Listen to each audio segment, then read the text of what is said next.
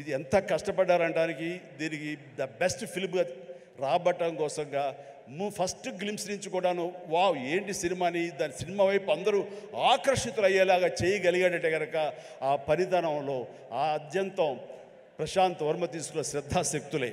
కాబట్టి ప్రశాంత్ వర్మ మీ యొక్క కష్టం, మీ యొక్క ఇది ఆలోచనలు, అలాగే మన హీరో తేజ యొక్క కష్టం, అతని శ్రద్ధాశక్తులు ఇది వృధా కావు.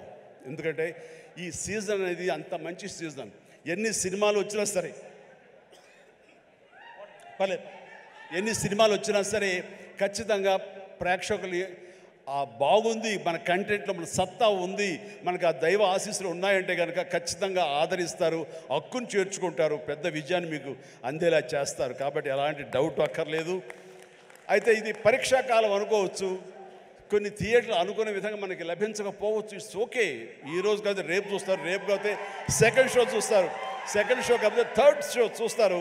బట్ కంటెంట్ బాగుంటే ఎన్నో రోజులు చూసినా ఎన్నో షో చూసినా సరే దీనికి మార్కులు పడతాయి. ఈ రోజున ఇందాక చిన్నవాడు సరే చాలా పెద్ద మనసుతో అన్నాడు, అన్ని సినిమాలు వెంకటేష్ సినిమా, నాగార్జున సినిమా, అలాగే మన మహేష్ బాబు సినిమాలు, అన్ని సినిమాలు ఆడుతాయి. ఈ సినిమాలు అన్నీ ఆడాలి, పరిశ్రమ పచ్చగా ఉండాలి. వాటితో పాటు మా ఈ సినిమా హనుమాన్ కూడా ఆడాలని నేను ఎంతో మనస్ఫూర్తిగా నేను కోరుకుంటాను, జరుగుతుంది. అండ్ ఇదే ఒకసారి నేను దిల్ రాజుతో అన్నాను, దిల్ రాజు ఏంటి మన 2016-17లో మా 150 సినిమాను బాలకృష్ణ గారి సినిమా ఒకటి రిలీజ్ అయినప్పుడు ఏంటి మళ్ళీ ఈ సినిమా రిలీజ్ చేస్తాం, కొంచెం డిలే చేయొచ్చు కదా అని అంటే, సార్ అలా కాదు సార్, మా కంటెంట్ బాగుంటుంది, శతమానం భవతి అని, మీ పెద్ద సినిమాలు మధ్యలో ఈ సినిమా ఆడకుండా పోదు సార్, ఏం పర్వాలేదు అన్నాడు. ఓకే, అంత ధైర్యంగా ఉంటే వెల్ అండ్ గుడ్ అన్నాను. ఆ సినిమా కూడా బాగా ఆడింది. కాబట్టి అదే దిల్ రాజు గారు అందరికీ మనకు చెప్పినట్టుగానే ఈ రోజున ఈ సినిమా కూడా బాగా ఆడుతుంది. సో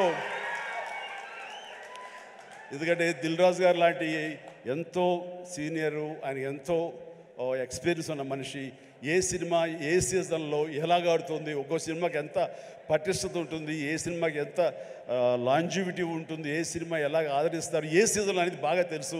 కాబట్టి ఈ సినిమా వస్తే కూడా ఈ సినిమాకు కూడా అంతటికి అంత ఆదరణ ఉంటుంది, అంత విజయం చవి చూస్తాడు మనస్ఫూర్తిగా కోరుకుంటూ. ఈ రోజున ఇతర క్యాస్ట్ గురించి చెప్పాలంటే అమృత అమ్మాయి హీరోయిన్గా ఉందన్నారు.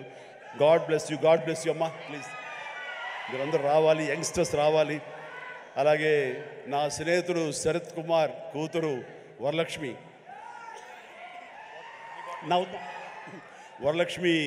శరత్ కుమార్